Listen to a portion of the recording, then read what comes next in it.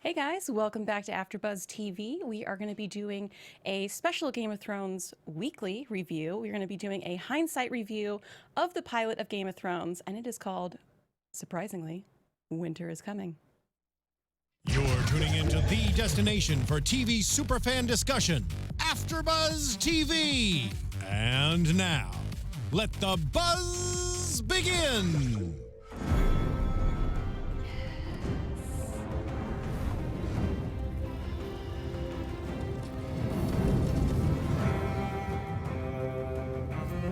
Welcome back, guys. My name is Amber Plaster. You guys can follow me on Twitter and Instagram and YouTube at Amber Plaster. I have brought one of my favorite pillows with me.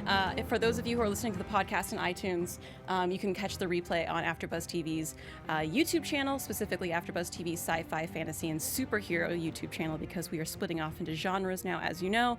I couldn't really find a great way to put this pillow at my desk, so I just wanted to show it to you and prove that I have a Stark pillow that says winter is coming and that it is perfect. It has no cat hair on it because it is one of my favorite pillows, and the love is real, you guys. So it's here, you just can't see it. It's off camera. Okay, are we believing it? Thank you. Welcome back. We're going to be trying something a little bit different today. We're going to be doing a hindsight review of Game of Thrones, because we're able to do something a little bit more in depth with Game of Thrones Weekly, where the different hosts that we normally have for Game of Thrones can choose topics that they'd like to cover, go more in depth on, or bring on guests, have theories, have character breakdowns. And something that I thought might be fun would be rewatching the 2011 season 1 of Game of Thrones. I mean, it's been a long time since we've watched the pilot, or since I've watched the pilot. I don't know, maybe you guys are the kind of people who rewatch every single episode up until the new season airs, which major respect if you do. I don't have that kind of commitment. Like, I need to rewatch Westworld, and I won't. I'm just going to watch season 2 and have a lot of questions. So if you're doing it that way, you're doing it the correct way, not the way that I'm doing it. But it has been interesting for me to review the pilot. The pilot is done really well, I do want to say, but it is very interesting to me to see everyone, one, alive, and two, so fresh-faced and innocent and, dare I say, healthy. Yeah, it's a real shock to the system if you haven't seen the pilot. So if we're going to be doing this again, hopefully in January, and if I watch season 2, hopefully I can live stream it with you guys and we can all watch it together. I think that'd be fun, because I think most of you guys have season 1 on DVD, or at least you have access to HBO now. So maybe something we could all do together. If you guys are into that, tweet at me and we'll see if we can arrange a little viewing party together. I might be into that kind of thing. Shout out to Casey and Beth in the chat, who are blowing up the chat. I'm going to take questions from you guys a little bit later, but I did want to break down kind of what we saw in the pilot. And yeah, thanks for joining me, guys. So the opening scene I want to talk about, because as you all know, or maybe you don't know, I don't like scary things. I don't like scary things because I'm an actor and things are real to me. My imagination is vivid, and I don't like being scared. If something is scary, it will scare me, and I don't like it. The opening scene of the pilot of Game of Thrones is by far the scariest cold open of the entire series, I think. No, I don't think. I know. Okay. We see, even before we hear anyone speak, we hear the hollow wind, and then we hear, I think one of the first things that we hear is a wolf howling in the distance. And while that's used in a lot of horror films as a scare tactic, wolves are dangerous. It's signaling that danger is near. It's signaling something that you can't see, but it's foreboding. To me, I took it as a foreshadowing that those magical creatures, probably the dire wolves that survived so well in the north, that previously hadn't been seen in years, have made it down that far south in episode 1, which is very, very unusual and foreboding that other things will be coming down far that south. So I didn't notice that the first time I watched the pilot, and I wanted to point it out because I don't know if any of you who are going to rewatch it or have rewatched it have picked up on other little parts that they didn't notice the first time around. That of course that you wouldn't know until you had seen all of the seasons going back that it was foreshadowing something that's going to happen. And I want to go over a few of those as well. It's you know, I did look up the opening scene score because I found it pretty terrifying, to be honest. The sound director, Ramin Djawadi, actually used glass bowls to create the sound of what we know now as the White Walker sounds. It's kind of this kind of hollow rumble that we hear almost every single time we see White Walkers throughout every single season, and it is foreshadowing in the very beginning of this episode, and it is freaky and it is scary, and I do not like it, and I do not like being beyond the wall. Very uncomfortable. Don't like it. Remember this from the pilot. Wish it would end. White Walkers never go away, it turns out. So spoiler alert, if you haven't seen all of the seasons, the White Walkers don't go away. Because winter's coming, you guys. And that's the whole premise of the entire series. So if you're like me and you don't like the White Walkers, you're just going to have to get over it. We'll get over it together. Maybe. Don't know. I also did notice, and I do think that we discussed this most recently on the very last episode, or the second to last episode, where we see John and Danny kind of flirt and get together, right? With the carvings on the wall at Dragonstone from I believe either it was confirmed or believed to be old carvings and symbols from the first children. Back in the pilot, we see those dead bodies arranged in that same kind of circular symbol that we later see carved by the children. And I don't know if it's confirmed that it's exactly the same symbol, but it gives you a reason to think that the person that killed all those bodies and the little glowing-eyed child that was like super creepy in the first episode was not only thirsty for blood, but psychotic or evil, in that they took the time to tear apart these bodies and these horses and arrange them in a way that was pleasing to them. It gives you an idea of what you're about to be dealing with. And I didn't realize that those body parts were arranged in a specific symbol. I think that we went back to that this last season when we started seeing a lot more symbolism, but the first time I watched the pilot, I didn't realize that. Yeah. Although it was super cool to see Uncle Benjen looking so fresh. Am I right? He was looking real fresh, you guys. What can I say? He's got great eyes, you know? He just does. I was so torn apart by Uncle Benjen going missing. One, in the books. I know we're not talking about the books, but also was very upset about missing him in the books. Was looking for him everywhere. Books 2 and 3. When he came back this season, I mean, I was like, I don't even care anymore. I remember caring, I kind of remember caring. They took way too long to bring him back. So it was kind of good to see him in his heyday of being alive and unfrozen. But they did take way too long to bring back that character. And I am not a fan of that. I'm a fan of being misled and having surprises in a TV show. And Game of Thrones is definitely ripe with that. But that Uncle Benjen story, you guys, come on now. Come on. I did think it was interesting that with the tagline of winter is coming, and I want to talk about Danny for a minute, because this episode has a lot of gratuitous nudity, which HBO is known for using, especially in their pilots, to attract their viewership. It's something that HBO is known for doing. It's something that Showtime is known for doing. It doesn't make the story any less interesting, but I was almost shocked by how much nudity and sex and rape there was in the pilot. I had forgotten about it, but it does happen in the books as well. And so in a way, I'm fine with them honoring that. But I do have a bone to pick with the Dany and Khal Drogo marriage slash maybe rape scene. Dany is a total victim in the pilot. She is, in the books, I think, supposed to be 11. She's very, very young. She's a young teenager in the books. I think they kind of age her up a little bit in the show, but she's definitely not 18 in the show. She's meant to be quite young. She gets abused by her brother, who's super creepy and is the clear villain. Speaking of villain, I will get to the Lannisters and how interesting they are in the pilot.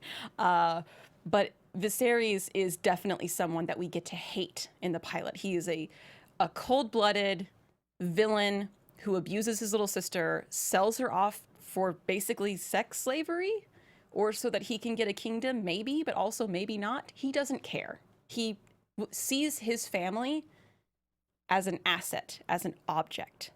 And it is nice to have a clear-cut villain because we don't have anything like that anymore in Game of Thrones. Everything is just about survival now, and everything is just so layered and complicated that you can't even really say that anybody's a villain or a hero where we are currently in Game of Thrones. So it was a little bit refreshing to see that. But in the books, Dany, there's a scene where Khal Drogo and Dany meet, and the only word that he understands is no, and he's like, no, and they're kind of touching and kissing, and he's like, no, and then she kind of decides like, no, you know what, I can do this. I like you. Let's do this. And she teaches him a new word. She teaches him yes. And it's a very sweet moment, and it justifies why she cares about bearing his child a little bit more to me. But I do understand that everyone in this episode, I would say even this season, every single character this season, no character betters their situation. And I feel like that works really well with the tagline of Winter is Coming, because it's just foreboding, just dread. Just this entire season is just foreboding everything to get worse. So I do think that the reason that Viserys terrorizing Dany, and the reason that Dany doesn't consent to her wedding night with Khal Drogo in the TV show, she just cries. She definitely does not say yes, which is important, guys. I think the reason that the writers did that is to show us a longer struggle for Dany, so that they could eke out her progress much, much slower, because they knew that she was going to become this badass with dragons and become a fighter. They wanted to keep her a victim a little bit longer, which personally would not have been my choice, but I had forgotten a lot about that scene. Hadn't forgotten about Khal Drogo, but did not like rewatching that personally. You guys can skip it if you want to. But I also realize that there's this is an information dense episode. And I think this is where I first heard the term, what is it? Sexplaining. And I think that term got coined by HBO for using sex scenes specifically to deliver information to us. So essentially being like, hey guys, here's two naked girls in a tub. We have to tell you how the Lannisters are related now. Look at these two naked girls in the tub while we tell you information, because there's going to be a lot of information coming at your brain. Please stay interested. Look over here while we give you the information. It's kind of like sugarcoating the exposition a little bit. And there was a lot of that in the pilot. And I can't even blame them, because they had to set up a lot of families and a lot of different lands. And I was really impressed that they even managed to get us to care about the Starks, much less the Lannisters. I don't really know. You guys can tell me if you got interested in the Lannisters in episode 1. I didn't. I found Tyrion to be very charming. I didn't care about the incest. I didn't particularly care about the twins in the very first episode. For me, I didn't really maybe it was because too much information was being thrown at me, but they didn't strike me as particularly one thing or another. They didn't strike me as particularly evil, which is strange because he definitely pushes a child out of a window, Bran. But I think there was just so much information being thrown at me that I wasn't able to register how I felt about the Lannisters, which is why it was interesting to have the salt of the earth Starks. And I thought it was a compliment to the writers of the show to even get us to care about a family, much less one character, by the end of the pilot. And it was also as much as we're ever going to see of the direwolves in that show. That was really cute seeing the direwolf pups get pulled up from the snow again, and Jon gets the lame white one, and it's adorable. By the way, where is Ghost?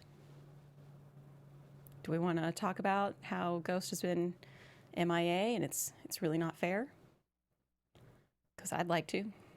I need to have a little pin. It's like, where's Ghost? Bring him back. Bring him back. Some people in the chat are Casey in the chat is saying, I fell in love with Cersei from the get-go. Casey, I believe you. She is a very interesting woman. George R. R. Martin denies sex-splaining when interviewed on Wait, Don't Tell Me. Oh, okay. Well, Wellington, I don't think that George R. R. Martin does that. I think HBO and maybe HBO's editors kind of did that a little bit. And unless George R. R. Martin had full control over every bit of editing and every bit of writing in the pilot, I don't think that George would do something like that.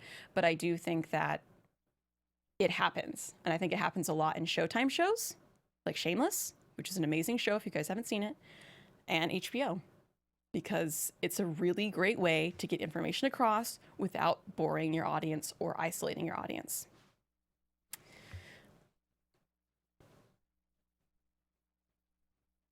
Ghost is a ghost because they're under budget. Oh, that's right. They're under budget. They wanted to do the zombie polar bear instead. I would have just appreciated hearing something about where he is. Like, oh, how's Ghost? Oh, he's guarding Castle Black or something. I want to know. He's a character to me. He's important to me, you guys. Oh, man. I do think it interesting. Let's talk about Bran a little bit. Our little Bran. So cute to see him be a little kid. I always think of him as being a little kid, and then I went back and watched the pilot, and I was like, oh, he was young when we started this journey. He was like 8 or 9, it looked like. He looked super young. I did notice, because I feel that Bran has made quite a journey as a character. He used to be so outgoing and playful, and now he's like dead inside. But really, going back and rewatching the pilot, I realized how similar Bran is set up to be as the Three-Eyed Raven in the pilot.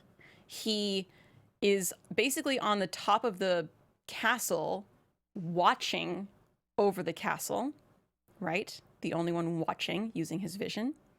Then he climbs down when he sees King Robert Baratheon approaching with the Lannisters.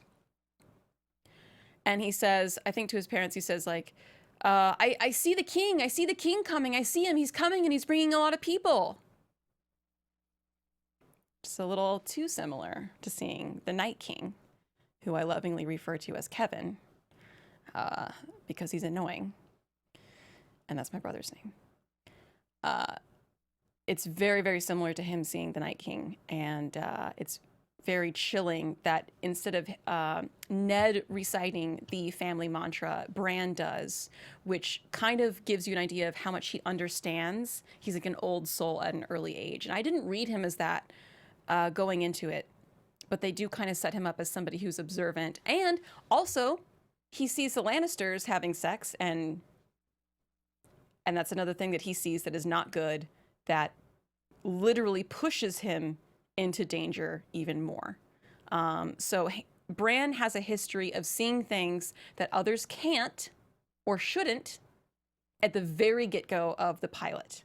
And I did not pick up on that from the first time watching it around. So I think for anybody that is going to be watching the pilot, that would be a real treat to see everything that Bran sees, you know? Speaking of noticing things, my favorite girl, my number one, Arya is real cute in this episode. I did appreciate seeing her practice with her bow and arrow. I did appreciate the conversation of her rejecting being a lady. She's kind of the only character until we meet Brienne who rejects gender roles in this series, and it's not only refreshing, but it makes it almost different from any other fantasy series that I've seen lately. I did find it very interesting that Arya waited to say her name when King Baratheon was meeting everyone and greeting everyone. He was like, "Oh, and what's your name?" And she just stares at him. Does a girl have a name? Does she? It's a real great moment, you guys. She takes a beat. She takes a long beat. And I didn't notice that the first time around. Another thing that I noticed is Arya notices the Hound when his face is covered. So she not only looks at the knights coming in like, "Oh man, I want to be a knight. I want to go and I want to fight." But they specifically show a shot of the Hound, and she's not checking him out, but she's noticing him. She's noticing his presence, and she's sensing it, and she knows that there's something there. So that was cool. I didn't even remember that the Hound was even there, but it would make sense because he protects the Lannisters, so of course it would make sense that he was there earlier on in this episode. I did also realize that at the very beginning, we're learning a lot about King Robert Baratheon's first love, which was Ned's sister. We feel that she kind of has a ghostly presence over season 1, and how upset he is about it. And all we see Cersei react to that is just like the whole pilot. She's just not concerned. She's not impressed. She's not concerned. And she's just like, I don't really care about the dead. Why are we still speaking about this girl? Winter's coming. Yeah. You're all superstitious. And this has not changed. I would say out of any character, she has remained the most her throughout every single season. Because even when a half of a White Walker is brought to her in this past season as proof that things are getting really bad, she's like, "Yeah, well, let's focus on me first, because we got time. I'm not really gonna... Yeah, I don't really want to deal with that." So she's nothing if not consistent, you guys. And I appreciate that about her. Yeah, I do think Arya is probably one of the coolest characters on Game of Thrones.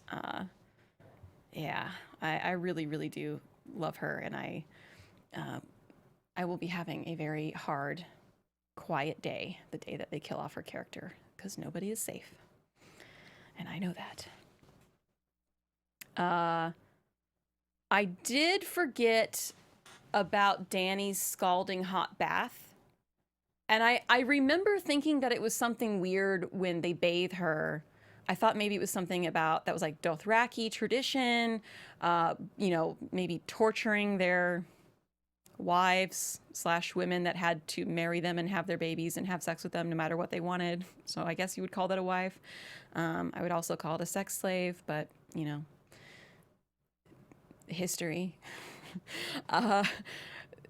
I thought that maybe it had something to do with like maybe torturing them, and I was so wrong. It was there to, well, maybe I wasn't wrong, but I don't think that was the reason. That was the intention of the writers now of that scene where we see Dany naked getting into the scalding hot bath that would like literally burn anyone else. We see that foreshadowing that not only is she going to be the mother of the dragons because fire runs in her veins, but we also see that it's kind of foreshadowing that she is going to be the unburnt in that scene. And I didn't know that happened so early on in the season, you guys. I know that it was rumored earlier on in the books, but I didn't remember that it was actually shown to us. It was physically shown to us that she was unburnable. Is that a word? It is now. That she was unburnable. Yeah. Yeah, no, exactly. So Beth is saying in the chat, did the bath really hurt her though, since she walks through fire so easily? Exactly. I think that the actress did a pretty good job of not showing if she was just trying to stay strong or if she could really withstand the heat, because perhaps she feels the heat, but she doesn't burn. Maybe she feels the pain, but it doesn't affect her. I don't know. But she did a pretty good job of not really showing either way on her face what was happening, at least to me in that scene. She didn't look like she was getting scalded.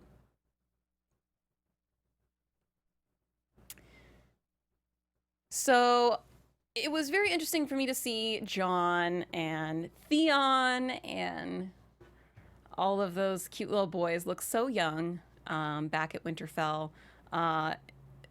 It's so crazy to see them look almost like, I don't want to say chubby, but like just so like youthful and like soft and adorable. Like any other episodes you're going to see them, they look like they have been through hell.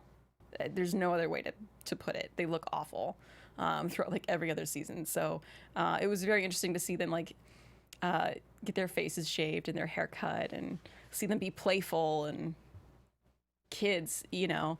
But I think my least favorite thing, actually, I think one of my least favorite things about the episode for the pilot is how much Catelyn hates Jon and how mean she is to him. I hated that aspect of the book, and I hate the aspect of the show, and I know that they tried to humanize Catelyn a little bit more, and I understand why Catelyn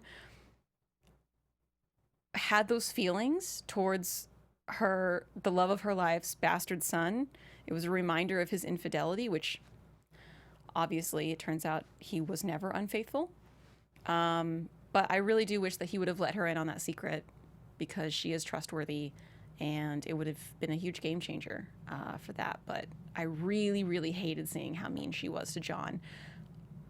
It makes my skin crawl. I don't like it when people are mean to children. It's not their fault.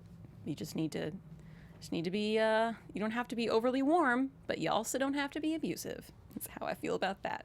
So, didn't quite miss seeing Catelyn in that particular environment. Oh, and I also had forgotten that Jon met Tyrion in the pilot. Completely, and not only that, but Tyrion gave Jon some pretty good advice. He's like, hey, your weakness, wear it as a shield, because it's always going to be with you. And, you know, I'm an imp, and I own it. And no matter how many times people try to make fun of me for it, they can't, because I acknowledge it. I pretty much yes and the crap out of everyone that makes fun of me. I will make fun of myself 10 times more than anyone. So you're a bastard. You own that. And you don't let anybody else take that from you. And he was kind of like, okay. And that kind of benefits both of them later on when we see them meet back up at Dragonstone and team up. I was like, oh yeah, they know each other. How do they know each other? Was it from what?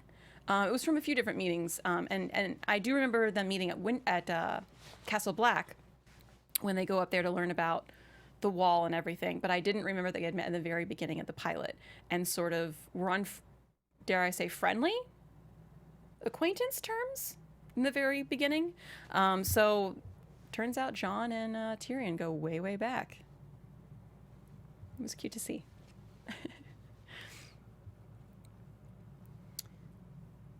She was very abusive. Yes. Cersei is a lot like Catelyn. Oh, oof, I don't know. I mean, I guess minus the incest, Cersei's a lot like Catelyn.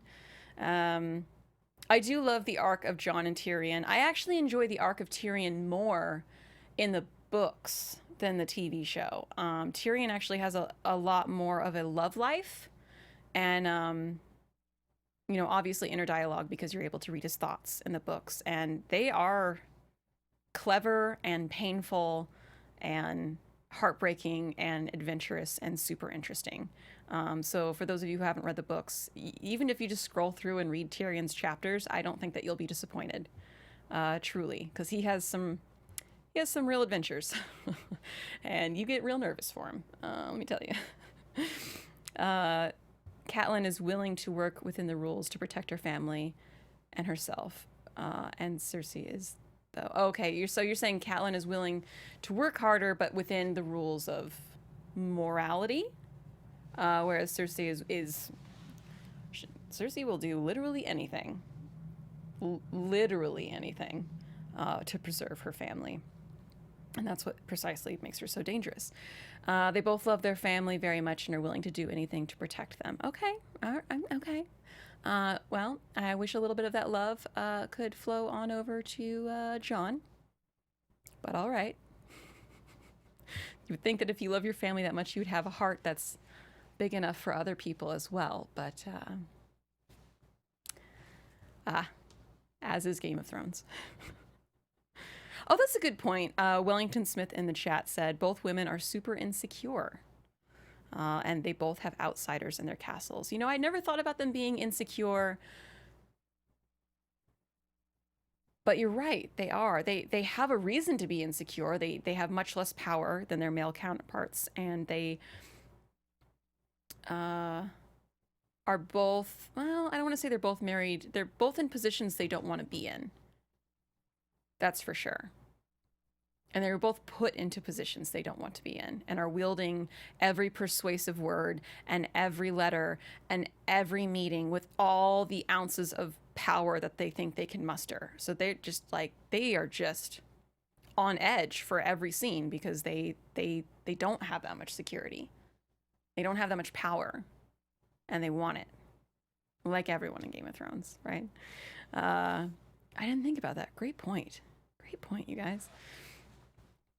I do think to a certain extent Ned and Robert were insecure, but I don't know that Ned is insecure as much as he is cautious. You know, we see him get that letter that the Lannisters' last hand to the king was killed. And that makes him really triple check if he's going to be Robert's hand, which, you know, it's like he trusts Robert, he loves him. There's no love lost there, but he doesn't want to leave his family. But now he has this thing where he's also like, also I could die. Gonna need to run that by my family. Also, who am I gonna leave Winterfell to? Rob? He's like 17. What am I supposed to do with that? Yeah, a lot of things running through his head. I don't know if I see that as insecurity as much as actual danger. But yeah, it was very interesting seeing all of these foreshadowing events and character traits come up in the pilot, and I hope that you guys enjoy rewatching as much as I did. If you guys are having a good time with this rewind, let us know. I would definitely like to do more of these. We'll be starting back up. I think we'll be closed December 22nd through January 1st. So there will be a few more Game of Thrones weekly episodes coming out on Sundays at 7 p.m. Pacific Standard Time. We will pick back up in January. But I would love to continue doing these rewind videos with you and maybe have a live viewing party. If you guys are into that, definitely let me know. Also, I have some questions for you that you can tweet to me or leave in the comments below. I will be in the comments for the next week or so. Who do you think has changed the most since season 1? Now watching the pilot, what character do you think has changed the most? I know what character I think it is. I mean, okay, Bran literally turned from a boy into a tree. It's Bran. It's Bran. But I mean, besides Bran, who else do you think? Also, I want to know what character you miss the most. Is it Ned? Is it Cat? Is it Rob? We all know it's not Rickon. So don't even play, okay? We didn't even have a chance to get to know him, so don't even play like you miss Rickon, because you don't. Anyway, yeah, so I think that's it for Season 1, Episode 1, Winter is Coming in Hindsight review. I really enjoyed discussing and remembering all of these juicy details from the pilot, which is stock full of information and some really healthy, youthful, adorable looking actors, some of which I miss very much. I do miss Ned. I really liked him. And I actually really liked Kat, aside from the abusive part to John. But I enjoyed discussing this with you guys. If you want to keep the conversation going, you guys can follow me on Twitter and Instagram and YouTube at Amber Plaster. I have a Star Wars React series that I am going to be catching up on with The Last Jedi. If you guys are into Star Wars, I will be watching the newest Star Wars with my other AfterBuzz TV co-host, Renee Ariel. We'll be doing a review of that on my channel in the next next coming week or two. So be on the lookout for that. And until then, happy holidays. I will see you guys in January. From executive producers Maria Menounos, Kevin Undergaro, Phil Svitek, and the entire AfterBuzz TV staff, we would like to thank you for listening to the AfterBuzz TV network. To watch or listen to other after shows and post comments or questions, be sure to visit AfterBuzzTV.com. I'm Sir Richard Wentworth, and this has been a presentation of AfterBuzz TV. Buzz you later. The views expressed herein are those of the host only and do not necessarily reflect the views of AfterBuzz TV or its owners or principals.